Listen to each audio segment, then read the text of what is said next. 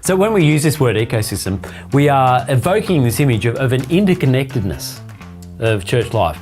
Ecosystems, they're communities of living organisms, they're in conjunction with each other, physical environments interacting in systems, often complex systems. And every single part of an ecosystem, it's essential, it's interconnected, and it's interdependent with all the other parts.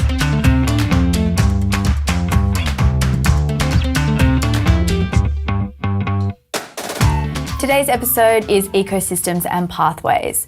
So the context you're planting into should shape the kind of plumbing you're going to build in your church. From the length and the styles of your talks, the types of Bibles that you hand out, outreach events, the styles of studies, how many people are in each group, how to train leaders, all of these things relate and connect to one another. And the context you find yourself in will really shape the culture and the constructs of this church. So as you design this church from the ground up, you really want to consider each of these parts not independently, but together, and that is as an ecosystem. So Derek, tell us more about ecosystems and pathways. I will. So when we use this word ecosystem, we are evoking this image of an interconnectedness of church life. Ecosystems, they're communities of living organisms, they're in conjunction with each other, physical environments interacting in systems, often complex systems. And every single part of an ecosystem, it's essential, it's interconnected, and it's interdependent with all the other parts. Each feeds on the other, every part plays its part, it impacts on the whole.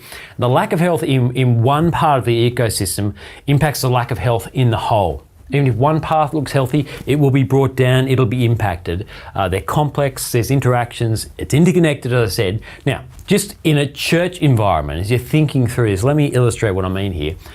When most church plants start, there's a dynamic of excitement and growth that's happening. That means new people are often integrated very, very quickly into the life of the church, whether it's small groups or serving, whatever it might be. They can be in church on Sunday and the next day they can be in a small group. But over time, as groups spend more time together, as they become more close, as they share more, open more in those small group settings, there's a real fatigue that can set in if every single week you don't know whether there's going to be a new person in. So I've just poured my heart out last week.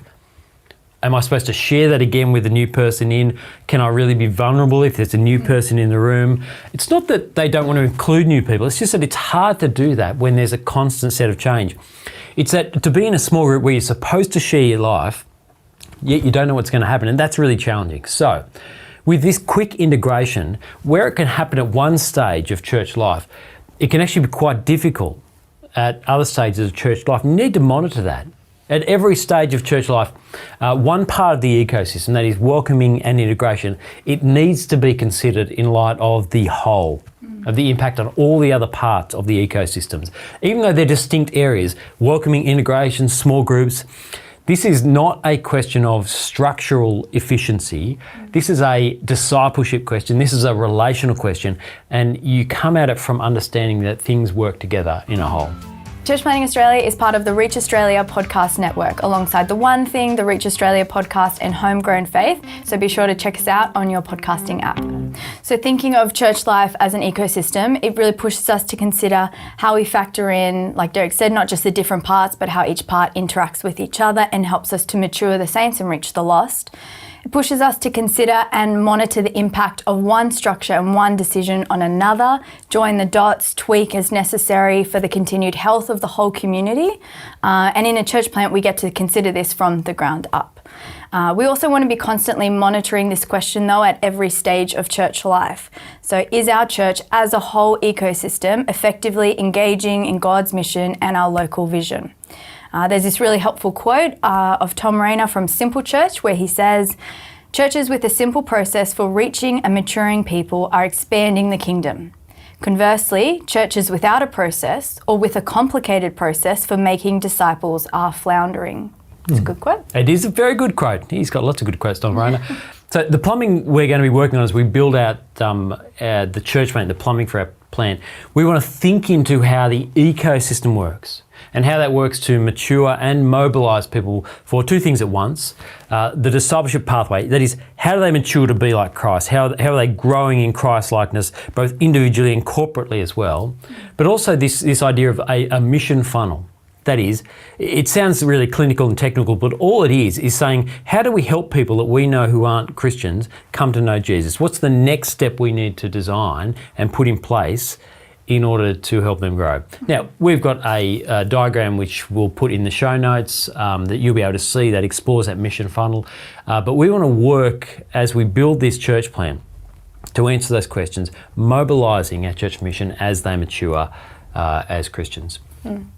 So as you're thinking through your church plant, how are you thinking about your plumbing in terms of an ecosystem?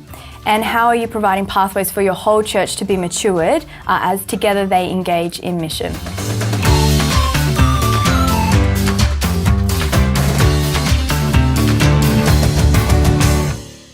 And every part of an ecosystem. I'm very, very sorry. I was nothing. It wasn't Unbelievable. funny. Unbelievable. I'm very sorry.